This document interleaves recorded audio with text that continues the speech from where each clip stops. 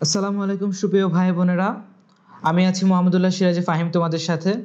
আশা করি তোমরা সবাই সুস্থ এবং স্বাভাবিক আছো। পূর্ববর্তী লেকচারের ধারাবাহিকতায় আমরা আজ আলোচনা করব উচ্চতর গণিত প্রথম পত্রের তৃতীয় অধ্যায় সরলরেখা অর্থাৎ স্ট্রেট লাইন নিয়ে। চলো শুরু করা যাক। পূর্ববর্তী লেকচারে আমরা প্রবলেম সলভিং নিয়ে আলোচনা করছিলাম। আজকে এর ধারাবাহিকতায় আমরা আরও কিছু প্রবলেম সলভ করব। চলো দেখি একটা কোশ্চেন দেখি। কোশ্চেনটা হচ্ছে এরকম যে কোন সরলরেখা অক্ষদ্বয়ের সাথে সমকোণী ত্রিভুজ উৎপন্ন করে। ওই ত্রিভুজের অতিভুজ 13 একক এবং ক্ষেত্রফল 30 বর্গ একক হলে রেখাদ্বয়ের সমীকরণ নির্ণয় করো। একটা বিষয় দেখো, সেটা হচ্ছে কি সরলরেখা দ্বয়ের সমীকরণ নির্ণয় করতে বলা হয়েছে। অর্থাৎ এখানে আসলে একটা সমীকরণ না, একটা চেয়ে বেশি সমীকরণ আসার সম্ভাবনা রয়েছে। আমরা গ্রাফের মাধ্যমে আসলে এই যে একটু দেখার চেষ্টা করি, সেটা হচ্ছে কি চিত্রটা কিরকম হতে পারে। ধরলাম আমাদের বলা হচ্ছে কি রেখাদ্বয়ের সাথে অক্ষদ্বয়ের সাথে সরলরেখাটা সমকোণী ত্রিভুজ উৎপন্ন করে। সার্টিফিকেট আমরা কি দেখতে পাচ্ছি, এমন একটা সরলরেখা আঁকবো, সেটা হচ্ছে কি অক্ষদ্বয়ের সাথে সমকোণী ত্রিভুজ উৎপন্ন করবে। আলটিমেটলি আমরা দেখতে পাচ্ছি কি, ব্যাপার খেয়াল করো, অক্ষদ্বয় কিন্তু এমনিতে অটোমেটিক্যালি নিজেদের মধ্যে কি করছে, এক্স অক্ষ এবং ওয়াই অক্ষ নিজের মধ্যে 90 ডিগ্রি কোণ উৎপন্ন করছে, ঠিক আছে। সো আলটিমেটলি আমি চাইলে যে কোনোভাবে একটা সরলরেখাকে ড্র করতে পারি যেটা আসলে উভয় অক্ষকে ছেদ করছে, ওটাই হচ্ছে আমার ওই কাঙ্ক্ষিত সরলরেখাকে নির্দেশ করবে। এখন দেখি ওই সরলরেখাটা বলা হচ্ছে কি অতিভুজটা দেওয়া আছে কত 30 একক, সরি, অতিভুজ দেওয়া আছে 30 একক, ঠিক আছে। এখন খেয়াল করো যে এই যে ত্রিভুজটা পাচ্ছি, এই সরলরেখা দিতে বললাম, এই যে সরলরেখাটা কি করলো, এক্স অক্ষকে একটা বিন্দু ছেদ করলো, ওয়াই অক্ষকে একটা বিন্দু ছেদ করলো। তাহলে খেয়াল করো সে এখানে একটা ক্ষেত্রফল ফর্ম করলো না। এই যে একটা ক্ষেত্রফল ফর্ম করছে, এটা বলতেছে কত 30 বর্গ একক, ঠিক আছে। তো আলটিমেটলি তাহলে এখন বলছে কি এই যে সরলরেখাটা সমীকরণ বের করতে হবে। তাহলে আমরা সামনে আগাই, কেমনে সরলরেখাটা বের করা যেতে পারে।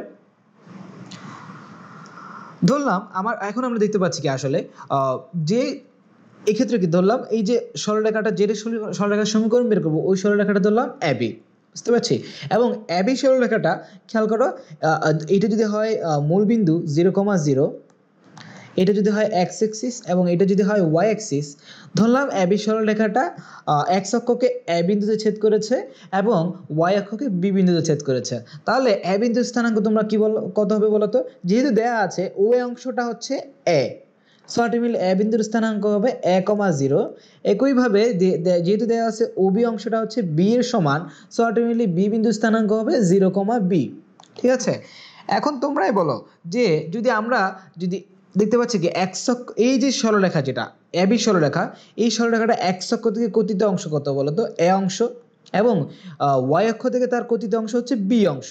তাহলে তোমরাই বলো ছেদক আকার, সরি, উভয় অক্ষ থেকে কর্তনকারী সরলরেখার সমীকরণ আমরা কি দেখেছিলাম, উভয় অক্ষ থেকে কর্তনকারী যে কোনো একটা সরলরেখার সমীকরণ আমরা দেখেছিলাম, সেটা হচ্ছে x by a plus y by b is equal to 1, যেখানে এ হচ্ছে এক্স অক্ষ থেকে কর্তিত অংশ এই যে, আর বি হচ্ছে ওয়াই অক্ষ থেকে কর্তিত অংশ, বুঝতে পারছি।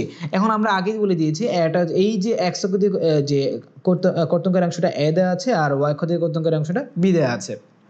তাহলে এবার তাহলে আমরা কি পেলাম, এই যে এ বিন্দুর স্থানাঙ্ক পেয়ে গেলাম 1,0 আর বি বিন্দুর স্থানাঙ্ক পেয়ে গেলাম ও, বি, ঠিক আছে। তাহলে তোমরাই বলো এই যে ও এ অংশটা, ও এর সমান তাহলে কি পেয়েছি আমরা এ, এবং ও বি সমান কি পেয়েছি বি এর সমান, এই যে দুটো লিখলাম, তাহলে ও এর সমান এ, ও বি সমান বি। এখন প্রশ্নটা খেয়াল করি, প্রশ্নতে কি বলছে, অতিভুজের মানটা হচ্ছে কত 13 দেয়া আছে এবং ক্ষেত্রফল বলা হচ্ছে 30 বর্গ একক। এখন তোমরা গেল কোশ্চেনটাকে কি বলছে, এই যে সরলরেখাটা যে এবি রেখাটা যে অক্ষদ্বয়ের সাথে সমকোণী ত্রিভুজ গঠন করেছে, ঠিক না। সো আলটিমেটলি আমরা কি বলতে পারি, এই যে এই ক্ষেত্রে সমকোণী ত্রিভুজটার ক্ষেত্রে যেটা ক্ষেত্রফলের সূত্র, সেটা কি ছিল, হাফ ইন্টু ভূমি গুণ উচ্চতা। এটা ছিল কি আমার ত্রিভুজের ক্ষেত্রফলের সূত্র, বুঝতে পারছি। ডেল সমান আমরা এটা লিখতে পারি। সো আলটিমেটলি তোমরাই বলো, এই যে আমরা সমকোণী ত্রিভুজের ক্ষেত্রে, তাহলে এই যে এই পোর্শনটা এটা কি আমার কি ভূমি হচ্ছে, এবং এই অংশটা এটা হচ্ছে কি আমার উচ্চতা, ঠিক আছে। তাহলে তোমরাই বলো এই যে এক্ষেত্রে আমরা কি লিখতে পারি, এই যে 30 বর্গ একক, এই যে ডেল সমান 30 বর্গ একক দেওয়া আছে, তাহলে 30 সমান আমরা কি লিখতে পারি, হাফ ইন্টু এই যে এই অংশটা ও এ গুণ ওবি, বুঝতে পারছি? এই যে উচ্চতাটা ইজ ইকুয়াল টু কি লেখা যাচ্ছে 30 লেখা যাচ্ছে, এবং এই অংশটা আমরা এখানে লিখেছি, ঠিক আছে? এখন খেয়াল করো এই যে ওএ বলতে কি বোঝানো হচ্ছে, এ এর দৈর্ঘ্যকে বোঝানো হচ্ছে, এবং ওবি বলতে বি দৈর্ঘ্যটাকে বোঝানো হচ্ছে। সো আলটিমেটলি আমরা যদি ও এর জায়গায় এ বসাই এবং ওবি এর জায়গায় বি বসাই এবং উভয়কে যদি 2 দ্বারা গুণ করি, বুঝতে পারছি, তাহলে আমরা কি এবি সমান পাই 60। তাহলে আমরা এবি এর মানটা পেয়ে গেলাম হচ্ছে 60, এবং ধরলাম এই অংশটাকে আমরা 1 নম্বর সমীকরণ দ্বারা লিখে রাখলাম, কারণ হচ্ছে আমাদের পরবর্তী কাজে আমি এই এবি ইকুয়াল টু 60টাকে ব্যবহার করব। এবার আমরা একটু সামনে আগাই, খেয়াল করো এই যে যদি আমাদের কি দেওয়া আছে বলো তো, এই যে ভূমি কতটুকু অংশ এটা এ দেওয়া আছে এবং উচ্চতা বি দেওয়া আছে এবং অতিভুজ 30, এটা তো আমরা জানি। এখন তোমরাই বলো যে যেহেতু এইটা হচ্ছে সমকোণী ত্রিভুজ, তাহলে আমি কি এই সমকোণী ত্রিভুজের ক্ষেত্রে কি পিথাগোরাসের উপপাদ্য ব্যবহার করতে পারি না?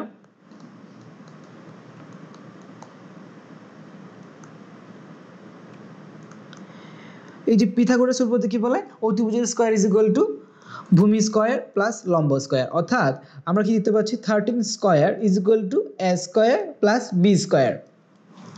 13 স্কয়ার ইকুয়াল টু যদি A square plus B square পাই, 13 স্কয়ার বলতে কত, এটা হচ্ছে কি 169 এর সমান।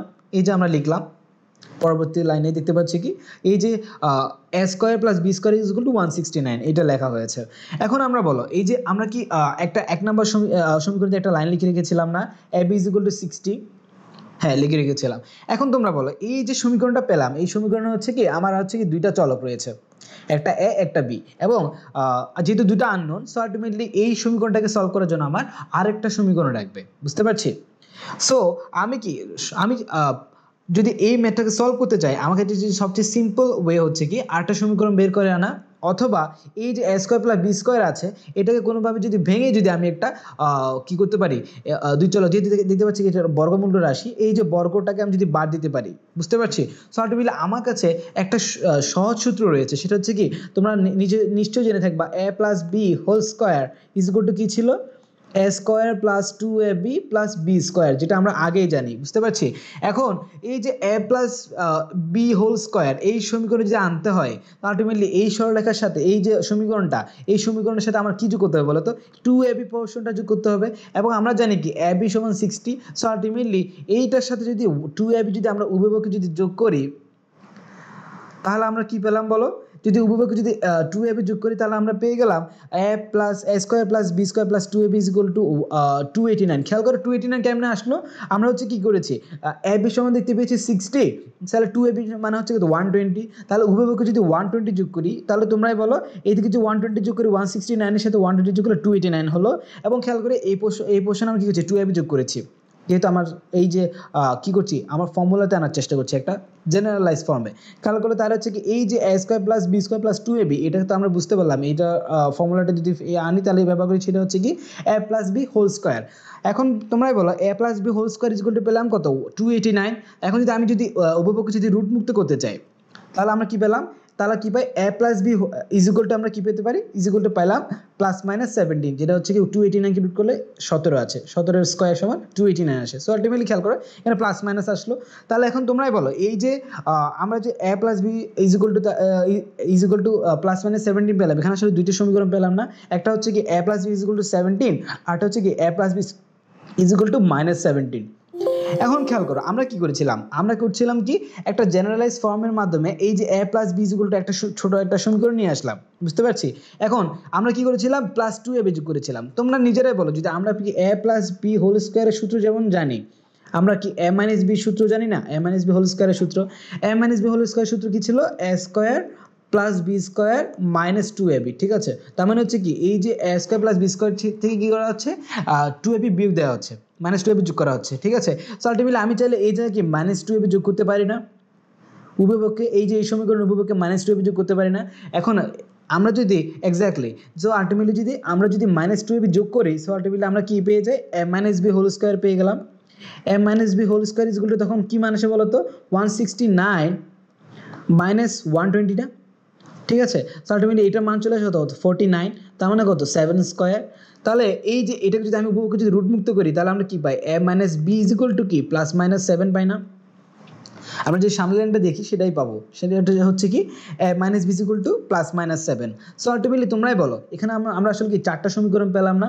একটা হচ্ছে A plus B equal to 17, আরটা হচ্ছে A minus B equal to 17, আরটা হচ্ছে A plus B equal to 17, আরটা হচ্ছে A minus B equal to 7, আরটা হচ্ছে A minus B equal to minus 7।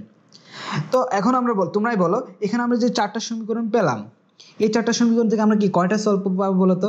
চারটা সমীকরণ থেকে আমরা আসলে চারটা সলভ পাবো। কীরকম খেয়াল করো, A plus B is equal to 17 আর A minus B is equal to লিখলাম 7। খেয়াল করো প্লাসে নিয়ে আমি একটা সলভ পাবো। আবার খেয়াল করো A plus B is equal to 17, A minus B is equal to minus 7, এখান থেকে আমি আরেকটা সলভ পাবো। একইভাবে A plus B is equal to minus 17, A minus B is equal to 7, এখান থেকে আরেকটা সলভ পাবো এবং শেষ সলভটা পাবো A plus B is equal to minus 17 এবং A minus B is equal to minus 7। এই চারটাকে সলভ করে আমি আসলে চারটা সলভ পাবো, এ এবং বি এর চারটা করে, মানে এ এর চারটা মান পাবো, বি এর চারটা মান পাবো, বুঝতে পারছি? এ বি এর চারটা আমি সমাধান পাবো, বুঝতে পারছি? সো আলটিমেটলি তোমরাই বলো যদি আমি এ বি এর চারটা মান পাই, এবং এখন বলো তোমরা এ কি ছিল এবং বি কি ছিল? এ ছিল হচ্ছে ও এ অংশের দৈর্ঘ্য এবং বি ছিল ও বি অংশের দৈর্ঘ্য। তাহলে বলো এই যে এ এবং বি এর মান দ্বারা আমরা কি বলছি একটা সরলরেখা পেয়ে যাব, ঠিক কিনা? কারণ যে ছেদক আকার সরলরেখাটা পেয়ে যাব না। সো আলটিমেটলি আমি কি এখানে বলতে পারি যে আমরা আসলে এই সমাধানগুলোর মাধ্যমে আমি আসলে চারটা সরলরেখার সমীকরণ পাবো। তাহলে খেয়াল করো, তাহলে কি এটা এই যেখানে যে রেখাদ্বয় ব্যবহার করেছে এই অংশটা আসলে সার্থক না? কেন রেখা? তুমি চাইলে কি প্রশ্ন এরকম আসতে পারে যেখানে আসলে রেখা ব্যবহার করা হয়েছে। খেয়াল করো এখানে যদি আমি রেখা ব্যবহার করি তাহলে কিন্তু তোমাকে কিন্তু চারটা বের করতে হবে, বুঝতে পারছি? কারণ আমার সমীকরণ বলছে আসলে এখানে চারটা সমাধান সম্ভব। এখন খেয়াল করো চারটা সমাধান তাহলে আমরা বের করে নিচ্ছি, সেটা দেখি তাহলে চারটা সমাধান কীরকম আসে। এই যে তাহলে এই যে 1 এবং 2, এই যে এইদিকে দ্বারা যে 1 দ্বারা এবং 2 দ্বারা যে সমীকরণগুলো লিখেছিলাম এদিকে যদি আমি সলভ করি তাহলে হচ্ছে এ এবং বি যে মানগুলো পাচ্ছি সেটা হচ্ছে কিন্তু 12,5, 5,12, -5, -12, -12, এখন খেয়াল করো এই যে এ এবং বি এর যে আমি চারটা করে মান পেলাম এগুলোর মাধ্যমে আসলে কি বোঝাচ্ছে? এগুলো দ্বারা বোঝানো হচ্ছে আমার কাছে আসলে চারটা সমীকরণ সম্ভব। কীরকম দেখো, একটা সমীকরণ সম্ভব যেটা হচ্ছে কি এই যে এই 12,5 এর ক্ষেত্রে খেয়াল করো সেটা হচ্ছে কি x অক্ষ থেকে সে আসলে 12 অংশ কর্তন করবে এবং এই যে y অক্ষ থেকে সে আসলে 5 অংশ কর্তন করবে, বুঝতে পারছি? সো আলটিমেটলি আমার সরলরেখাটার সমীকরণ হওয়ার কথা এরকম। তাহলে এটা হচ্ছে 1 নম্বর সমীকরণ পেলাম, একটা সমীকরণ। আবার হতে পারে 5,12, সো আলটিমেটলি সে x অক্ষ থেকে 5 অংশ কর্তন করবে এবং y অক্ষ থেকে সে 12 অংশ কর্তন করবে। সো আলটিমেটলি সরলরেখাটার সমীকরণ চলে আসে এরকম, বুঝতে পারছি? এই যে তাহলে দুইটা সমীকরণ পেলাম না। এখন কেন আমি 12 এই যে এরকম লিখছি খেয়াল করো, এই 12 মানে কি? আমি একটু আগেই বলেছি 12 মানে হচ্ছে আসলে এই যে এ মানে কি এই যে x অক্ষ থেকে কতিত অংশ, x অক্ষ তাহলে কতিত অংশ যদি 12 হয় এবং y অক্ষ থেকে কতিত অংশ যদি 5 হয় তাহলে সরলরেখার সমীকরণ হচ্ছে এটা। এবং এই যে 5,12 বলতে বোঝানো হচ্ছে এই 2 নম্বর সরলরেখাটা। একইভাবে আমি কি যদি এইরকম x এক্সিস এবং y এক্সিস যদি বামে যদি বর্ধিত করি তাহলে বাকি দুইটার সমাধান পাবো না। একটা হবে ধরলাম এরকম একটা, আর একটা হবে কি ধরলাম এইভাবে একটা, বুঝতে পারছি? একটা হবে তাহলে এখন তোমরাই বলো তাহলে হচ্ছে চারটা সমীকরণ তাহলে পেলাম না, তাহলে এই চারটা কি আমার সলভ না? সো আলটিমেটলি তাহলে সম্ভাব্য রেখাগুলো কি পাচ্ছি? একটা হচ্ছে কত x/12, এই যে 12 x অক্ষ থেকে কতিত অংশ আর প্লাস y/5 = 1, আরটা পেলাম x/5 প্লাস y/12 = 1, আরটা পাচ্ছি কি x/-5